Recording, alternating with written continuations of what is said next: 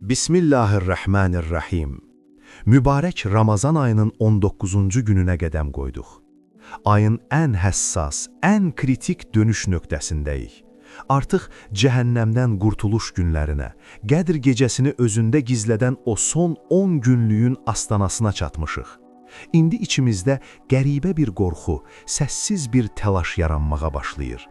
Görəsən, etdiyim bu qədər əməl, tutduğum oruc qəbul olundumu? Görəsən, mənim bu yarımçıq və qüsurlu ibadətim Rəbbimin dərgahında bir dəyər daşıyırmı? Əziz və dəyərli izləyicilər, insan ruhunun ən böyük acısı cəzalandırılmaq deyil, Rəbbinin nəzərindən və rəhmətindən məhrum edilməkdir. Biz çox vaxt özümüzü o qədər dəyərsiz, günahlarımızı o qədər böyük sanırıq ki, Allahın bizi qəbul etməyəcəyini düşünürük. Bəzən də əksinə, etdiyimiz ibadətlərə güvənib, içimizdə səssiz bir qürura qapılırıq. Hər iki hal bizi o böyük rəhmətdən məhrum edə bilər. Bu gecə imsakın o dərin sükutunda göylərin qapıları məhz bu məhrumiyyət qorxusunu yox edən o xüsusi dua üçün açılır. Bugün biz 19-cu günün əməllərin qəbul olunması və fəzilətlərdən məhrum qalmamaq duasını kəşf edəcəyik. Sizinlə cəmiyyətin gözündə heç bir dəyəri olmayan Zahir adlı sahabəni Rəsulullahın sallallahu aleyhi və alihi və səlləmin qucaqlayaraq necə şərəfləndirdiyinin və sən Allah qatında çox bahalısan dediyinin sarsıdıcı sirrini öyrənəcəyik. Ağaca çıxarkən zəif və arıq ayaqlarına insanların güldüyü Abdullah ibn Məsudun o incə ayaqlarının Allahın kosmik tərəzisində necə nəhəng Uhud dağından daha ağır gəldiyini eşidəcəksiniz. Kimsəsiz bir bağda insanların zülm etdiyi bir dəvənin Rəsulullahın üzərinə başını qoyub necə səssizcə ağladığına şahid olacaqsınız. Və mənəviyyatımızı daxildən gəmirən ən təhlükəli psixoloji xəstəlik, ibadət kibri haqqında sarsıdıcı bir oyanış yaşayacağıq. Qəlbinizdəki mənim əməlim azdır şübhəsini Rəbbinizə təslim edin. İndi qəbul olunmağın və bərəkətə qovuşmağın vaxtıdır. Ramazanın 19-cu günü imsaka oyanıb, sübhün alaqaranlığında səccadə üzərində əyləşdiyimiz zaman İslam alimləri bizə hər bir insanın içindəki o ən dərin qorxuya xitab edən bir dua öyrədirlər. Bu, unudulmaqdan və rədd edilməkdən sığınma duasıdır. Gəlin, bu möhtəşəm duanı birlikdə oxuyaq. Allahümmə vəffir fihi hazzi min barakatik. Yəni, Allahım, bugün sənin bərəkətlərindən olan payımı çoxalt. Və səhhil səbili ilə xayratik. Xeyirlərə, yaxşılıqlara gedən yolumu asanlaşdır. Və lə təhrimni qəbulə həsəlatik. Və məni bugünün yaxşılıqlarının, əməllərin qəbul olunmasından məhrum etmə. Ya hədiyən iləl haqqil mubin. Ey açıq-aşkar həqiqətə, yəni haqq yola yönəldən Rəbbim. Duadakı o fəryada, o incəliyə diqqət edin. Məni əməllərimin qəbulundan məhrum etmə. Biz Allahdan sadəcə bizə yaxşılıq etməyi nəsib etməsini istəmirik, həm də o etdiyimiz kiçik, cılız və bəzən qüsurlu bəşəri əməllərimizi rədd etməməsini, dəyərsiz sayıb bizi öz rəhmət qapısından qovmamasını istəyirik. Bəs biz Allah qatında necə dəyər qazanırıq? Cəmiyyət bizi asıb eyibsiz, bacarıqsız və ya günahkar sayıb kənarlaşdıran da, yaradan da bizdən üz çevirirmi? Səhih mənbələrdə rəvayət edilən Zahir ibn Haramın bu heyrətamiz hekayəsi Allah qatındakı əsl ölçünün nə olduğunu sübut edir. Zahir, səhrada yaşayan, çox kasıb və xarici görünüşü çox da xoş olmayan bir bədəvi idi. İnsanlar ona çox diqqət yetirməzdilər. Bir gün Zahir Mədinə bazarına gəlib öz əşyalarını satmağa çalışırdı. Üstü başı doz içində idi. Peyğəmbərimiz sallallahu aleyhi və alihi və səlləm səssizcə onun arxasına yaxınlaşıb, zarafatla gözlərini arxadan əlləri ilə bağladı. Zahir çırpınaraq, kimdir bu, burax məni, dedi. Lakin qəfildən toxunan əllərin qoxusundan və yumşaqlığından onun Rəsulullah olduğunu anladı. və o andan etibarən ondan qurtulmağa çalışmaq yerinə kürəyini Peyğəmbərin mübarək sinəsinə daha da bərk sıxmağa başladı ki, ondan bərəkət alsın. Bu vaxt kainatın əfəndisi bazardakı insanlara səslənərək zarafatla buyurdu: "Bu köləni kim məndən satın alar?" Zahir boynuğu bükdü, özünün xarici görünüşünə, kasıblığına baxdı və o ürək dağlayan sözü dedi: "Ya Rəsulallah, Allaha and olsun ki, sən məni çox ucuz, satılmaz və dəyərsiz bir mal olaraq görəcəksən. Mənə heç kim pul verməz." Kainatın əfəndisinin o an verdiyi cavab qiyamətə qədər bütün qəlblərin dərmanıdır. O, Zahiri daha da bərk qucaqlayıb bəyan etdi: "Xeyr, ey Zahir, sən insanların gözündə ucuz ola bilərsən, lakin sən Allah qatında heç də ucuz deyilsən. Sən Allah qatında çox qiymətli və çox bahalısan." Allahu Akbar! Sizin etdiyiniz əməlləri insanlar görməyə bilər. Sizi cəmiyyət dəyərsiz sanıb məhrum edə bilər. Lakin 19-cu günün duasında Allahdan istədiyiniz o qəbul olunmaq məhz budur. Allah sizin zahirinizə, pulunuza, vəzifənizə deyil, qəlbinizdəki o sınmış, lakin səmimi sevgi ilə yanan nura baxır və sizi qəbul edir. Bəzən etdiyimiz ibadətlərə, etdiyimiz dualara baxırıq və onları çox zəif, qüsurlu, cılız görürük. Mənim bu kiçik ibadətimlə mənə necə rəhmət oluna bilər, deyirik. Lakin Allahın qiyamət günündəki tərəzisi fərqli işləyir. İmam Əhmədin müsnədində rəvayət edilən Abdullah ibn Məsudun hekayəsi, zəiflik və qüsur sandığımız şeylərin ilahi tərəzidə necə dağlara çevrildiyinin sübutudur. Abdullah ibn Məsud fiziki olaraq çox zəif, qısa boylu və ayaqları həddindən artıq arıq, incə bir səhabə idi. Bir gün küləkli bir havada Peyğəmbərimiz sallallahu aleyhi və alihi və səlləm üçün misvak qoparmaq məqsədi ilə bir ərəq ağacına dırmaşdı. O ağaca qalxarkən külək əsdi və onun paltarını havalandırdı, nəticədə onun çox arıq və incə ayaqları göründü. Aşağıdakı bəzi səhabələr onun ayaqlarının o qədər arıq və zəif olmasına təəccüblənib gülməyə başladılar. Kainatın əfəndisi sallallahu aleyhi və alihi və səlləm bunu gördü və onlara tərəf dönərək o sarsıdıcı kosmik ölçünü bəyan etdi. Nəyə gülürsünüz? Abdullahın o incə ayaqlarına mı? Nəfsim əlində olan Allaha and olsun ki, o arıq və zəif gördüyünüz ayaqlar qiyamət günü Allahın tərəzisində nəhəng Uhud dağından daha ağırdır. Allahu Ekber. Sizin o kiçik və zəif gördüyünüz əməlləriniz, sizin qüsurlu sandığınız bədəniniz, zəif iradəniz, əgər Allah üçün yorulursa, o incə ayaqlar kimi ilahi tərəzidə dağlara çevrilir. 19-cu gün məni qəbul olunmaqdan məhrum etmə deyəndə Rəbbinizdən bunu istəyirsiniz. Allahım, mənim ibadətim İbn Məsudun ayaqları kimi çox zəif və qüsurlu ola bilər. İnsanlar buna gülə bilər, amma sən onu öz mərhəmət tərəzində Uhud dağı qədər ağır və qəbul olunmuş eylə. Rəbbimizin mərhəmətinin hüdudu yoxdur.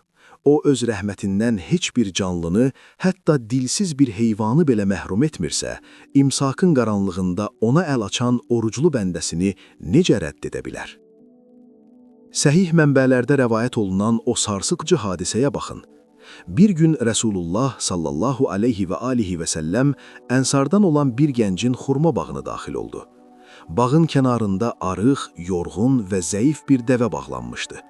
Dəvə kainatın əfəndisini görən kimi qəribə səslər çıxarmağa, inləməyə başladı və qəflətən o dilsiz heyvanın gözlərindən yaşlar süzülməyə başladı. Peyğəmbərimiz sallallahu aleyhi və alihi və səlləm dərhal o heyvanın yanına getdi.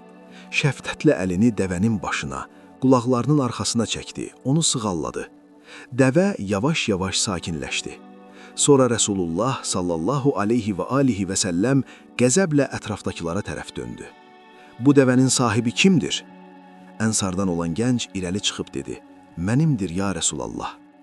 Rəhmət elçisi buyurdu, Allahın sənə mülk etdiyi bu heyvan haqqında Allahdan qorxmursanmı? O dilsiz heyvan mənə şikayət etdi ki, sən onu həm ac saxlayırsan, həm də həddindən artıq işlədərək onu yorursan. Baxın, kosmik ədalət budur.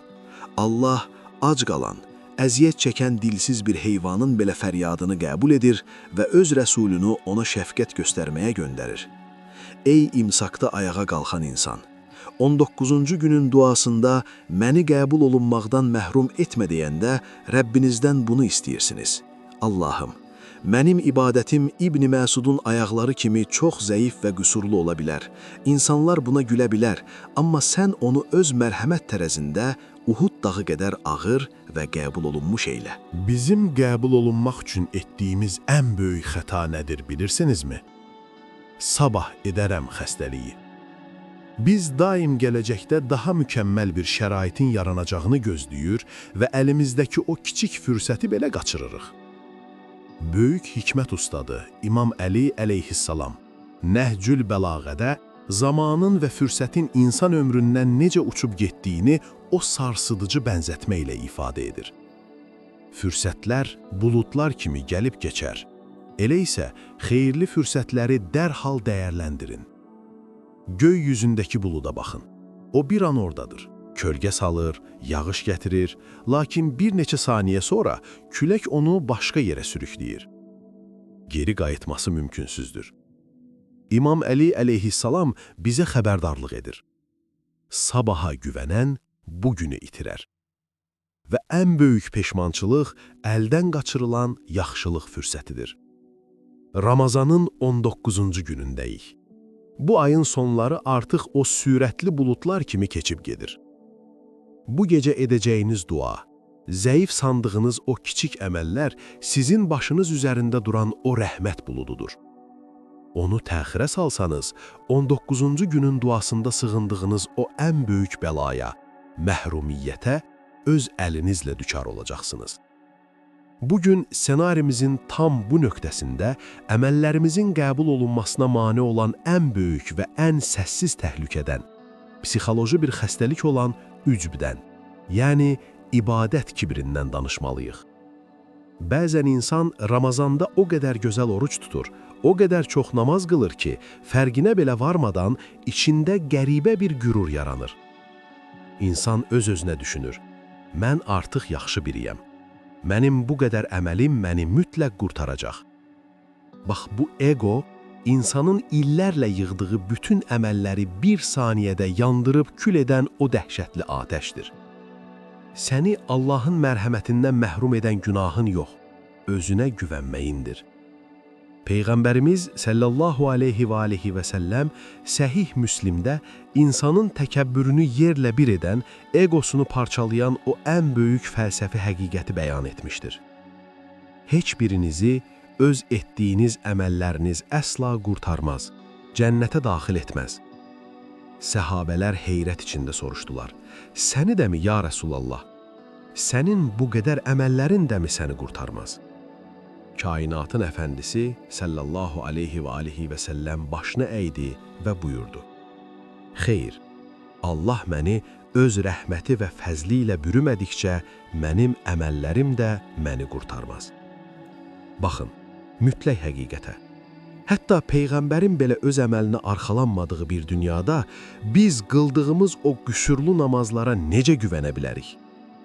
19-cu gün məni qəbul olunmaqdan məhrum etmə deyəndə Allahdan bizim əməllərimizin böyüklüyünə deyil, özünün rəhmətinin böyüklüyünə görə bizə rəftar etməsini istəyirik. Qəbul olunmağın yeganə sirri tam təslimiyyət və təkəbbürün sıfırlanmasıdır. İndi dərindən, aramla bir nəfəs alın. İçinizdəki o rədd olunmaq qorxusunu, eyni zamanda ibadətlərinizə bağladığınız o saxta qüruru bu nəfəslə çölə atmağa hazırlaşın. Gözlərinizi yüngülcə qapayın. Özünüzü imsakın o dərin, mistik sükutunda təsəvvür edin. 19-cu gecənin ayının işığı yorğun və ümid axtaran ruhunuzu aydınlatmaq üçün süzülür. Biz bərəkət və qəbul günlərindəyik. Birincisi, özünüzü dəyərsiz saymayın. 19-cu günün duasını pıçıldayın. Allahım, məni əməllərimin qəbulundan məhrum etmə. Bazarda Peyğəmbərin qucaqladığı o sadə, kasıb zahiri xatırlayın. İnsanların sizə nə dediyi önəmli deyil. Allah qatında nə qədər dəyərli olduğunuzu unutmayın. İkincisi, əməllərinizi kiçik görməyin. Abdullah İbn Məsudun insanların güldüyü o incə və zəif ayaqlarının ilahi tərəzidə necə Uhud dağına çevrildiyini xatırlayın. Etdiyiniz qüsurlu bir əməli kiçik hesab etməyin, çünki onu böyüdən, tərəzidə ağır edən yalnız Allahın rəhmətidir. Üçüncüsü, təkəbbürü sındırın. Öz əməlinə deyil, yalnız Allahın rəhmətinə sığınan Rəsulullahın fəlsəfəsini dərk edin. İçinizdəki bütün egonu qırıb, sadəcə fəqir və möhtac bir qul kimi Rəbbinizə əl açın. Siz bu qaranlıqda tək deyilsiniz. Siz imsakın nuru ilə oyanan, əməllərinin zəifliyinə rəğmən, Rəbbinin sonsuz mərhəmətinə sığınan və əsla məhrum edilməyəcək olan xüsusi bir bəndəsiniz. Əgər bu video ruhunuzdakı şübhələri biraz da olsa dağıtdısa, sizə qüsurlu amma səmimi əməllərinizlə Rəbbinizə doğru getmək üçün cəsarət verdisə, videonu bəyənərək və bizə abunə olaraq mənəvi səyahətimizə dəstək olun. Və rəy bölümündə qəbul olunmağa olan sonsuz istəyinizi bəyan etmək üçün bu cümləni yazın. Allahım, qüsurlu əməllərimi rədd etmə. İbadətimə deyil, yalnız sənin rəhmətinə sığınıram. Məni sənin sonsuz bərəkətindən və mərhəmət nəzrindən məhrum qalanlardan eyləmə. Oruclarınız qəbul, dualarınız müstəcab və hər bir kiçik yaxşılığınız nur içində olsun. Allahümmə səlli alə seyyidinə Muhammed və alə əli seyyidinə Muhammed. Hələlik, Allah amanında.